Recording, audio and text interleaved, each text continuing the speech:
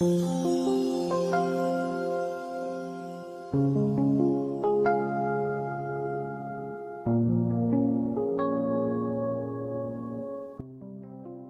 within the octave of Easter.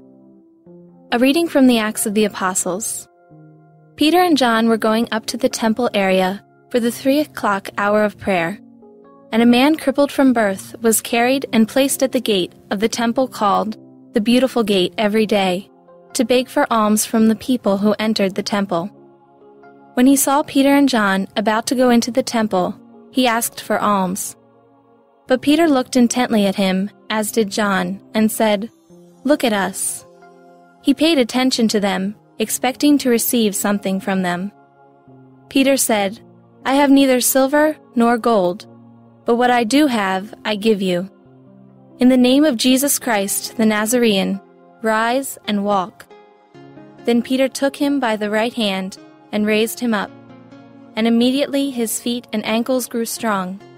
He leaped up, stood and walked around, and went into the temple with them, walking and jumping and praising God.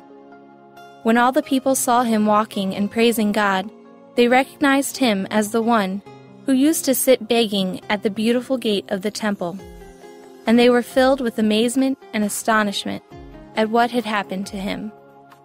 The word of the Lord. The responsorial psalm. The response is, "Rejoice, O hearts that seek the Lord. Give thanks to the Lord, invoke his name, make known among the nations his deeds. Sing to him, sing his praise, proclaim all his wondrous deeds. Rejoice, O hearts that seek the Lord. Glory in his holy name. Rejoice, O hearts that seek the Lord. Look to the Lord in his strength. Seek to serve him constantly. Rejoice, O hearts that seek the Lord. You descendants of Abraham, his servants, sons of Jacob, his chosen ones. He, the Lord, is our God. Throughout the earth his judgments prevail.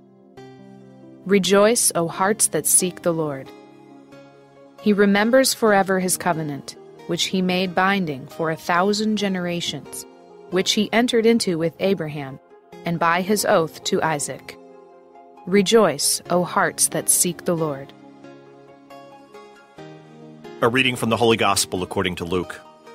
That very day, the first day of the week, 2 of Jesus' disciples were going to a village 7 miles from Jerusalem called Emmaus, and they were conversing about all the things that had occurred.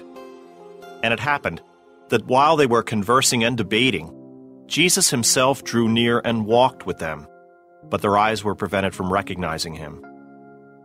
He asked them, "What are you discussing as you walk along?" They stopped, looking downcast. One of them, named Cleopas, said to him in reply, "Are you the only visitor to Jerusalem who does not know of the things that have taken place there in these days?"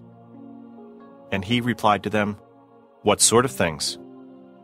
They said to him, "The things that happened to Jesus the Nazarene, who was a prophet mighty in deed and word before God and all the people. How our chief priests and rulers both handed him over to a sentence of death and crucified him. But we were hoping that he would be the one to redeem Israel. And besides all this, it is now the 3rd day since this took place. Some women from our group, however, have astounded us. They were at the tomb early in the morning and did not find his body. They came back and reported that they had indeed seen a vision of angels who announced that he was alive. Then some of those with us went to the tomb and found things just as the women had described, but him they did not see." And he said to them, "Oh, how foolish you are! How slow of heart to believe all that the prophets spoke! Was it not necessary that the Christ should suffer these things and enter into his glory?" Then, beginning with Moses and all the prophets, he interpreted to them what referred to him in all the scriptures. As they approached the village to which they were going, he gave the impression that he was going on farther. But they urged him, "Stay with us, for it is nearly evening and the day is almost over." So he went in to stay with them. And it happened that while he was with them at table, he took bread, said the blessing, broke it, and gave it to them. With that, their eyes were opened, and they recognized him, but he vanished from their sight.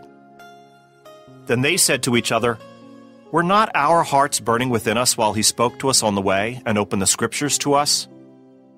So they set out at once and returned to Jerusalem, where they found gathered together the 11 and those with them who were saying, "The Lord has truly been raised and has appeared to Simon." Then the two recounted what had taken place on the way and how he was made known to them in the breaking of the bread. The Gospel of the Lord.